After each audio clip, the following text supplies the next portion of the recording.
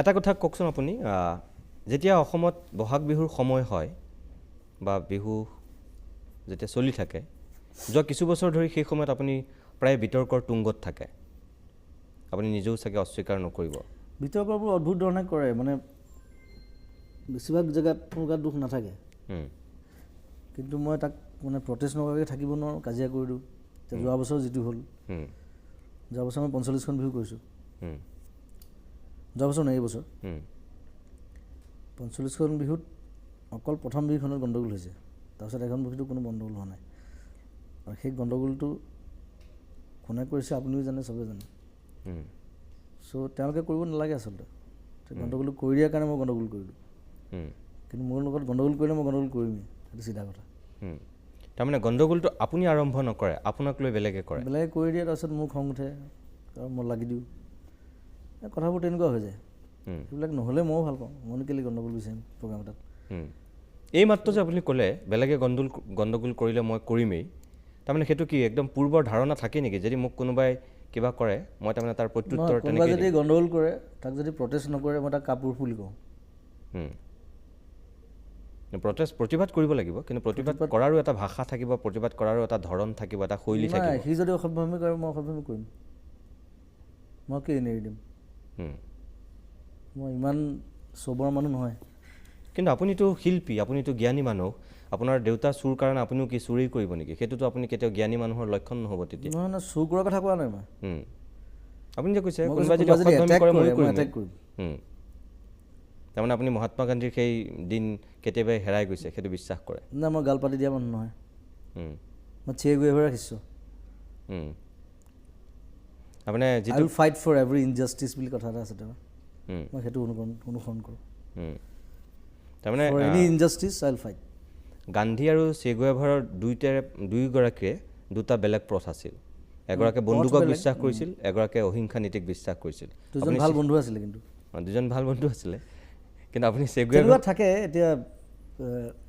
একেলগে থকা আমাৰ সুভাষ চন্দ্ৰ বোসৰ গান্ধী প্ৰথমতে একেলগে আছিলে নীতিগতভাৱে তেওঁলোকৰ কনফ্লিক্ট হ'ল তেওঁ আঁতৰি আহিলে কিন্তু দুইজনৰে উদ্দেশ্য এটাই আছিলে কিন্তু যে সেই ইনজাষ্টিছটো প্ৰতিবাদ কৰিব লাগে খালি প্ৰতিবাদ কৰাৰ ধৰণটো চবৰে ক্ষেত্ৰত বেলেগ বেলেগ হয় মোৰ ক্ষেত্ৰত হয়তো অলপ বেলেগ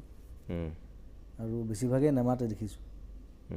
মাতিবলৈ টান পায় কিবা এটা গণ্ডগোল হ'লে লাহেকৈ ছাইড কাটি বহি থাকে মই সেইটো মানুহ নহয় আপুনি নিজে এতিয়ালৈকে প্ৰায় ২৫,০০০ গীত গোৱা বুলি কয় ১৬,০০০ মান গাইছোঁ ১৬,০০০ গীত গাইছে আপুনি এতিয়ালৈকে ১৬,০০০ গীতৰ ভিতৰত সেই ৯২ চনৰ পৰা এতিয়া ২০১৭ চনলৈকে এটা গীতৰ কথা যদি মই ক'বলৈ কওঁ কোনটো গীতৰ কথা ক'ব সেইটো ক'বলৈ বৰ দিগদাৰ এতিয়া মানে বিশেষকৈ নিজৰ গানবিলাক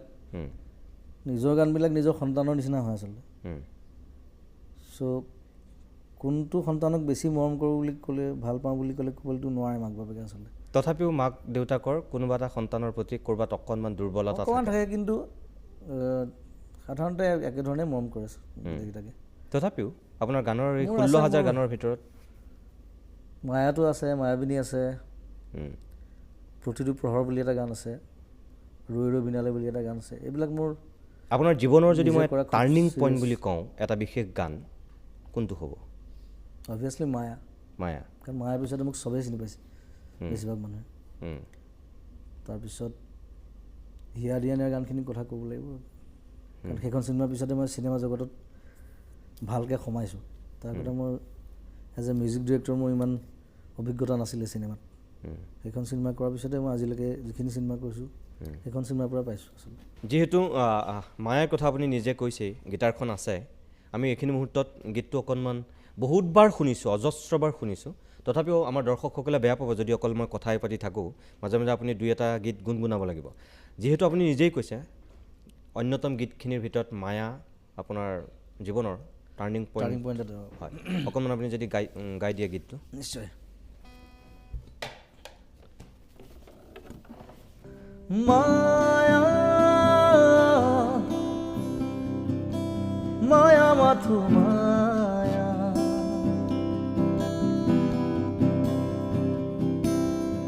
তুমি তুমি জানো সঁচাৰে মৰমৰে মায়া মায়া ভৰা দুচকুলৈ হিয়া জুৰিয়া চাহিবই দূৰণিৰে জোনাকী হৈ জোনাকীয় মায়া মায়া মাথো মায়া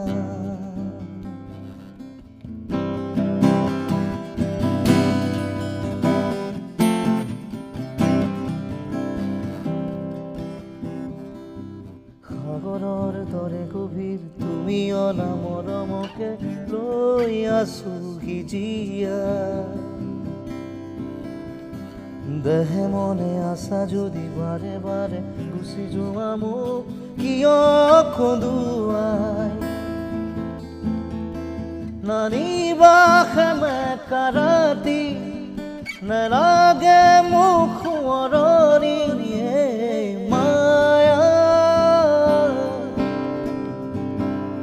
মায়া মাথো মায়া তুমি জানো সঁচাৰে মৰমৰে মায়া মায়া মায়া মাথো মায়া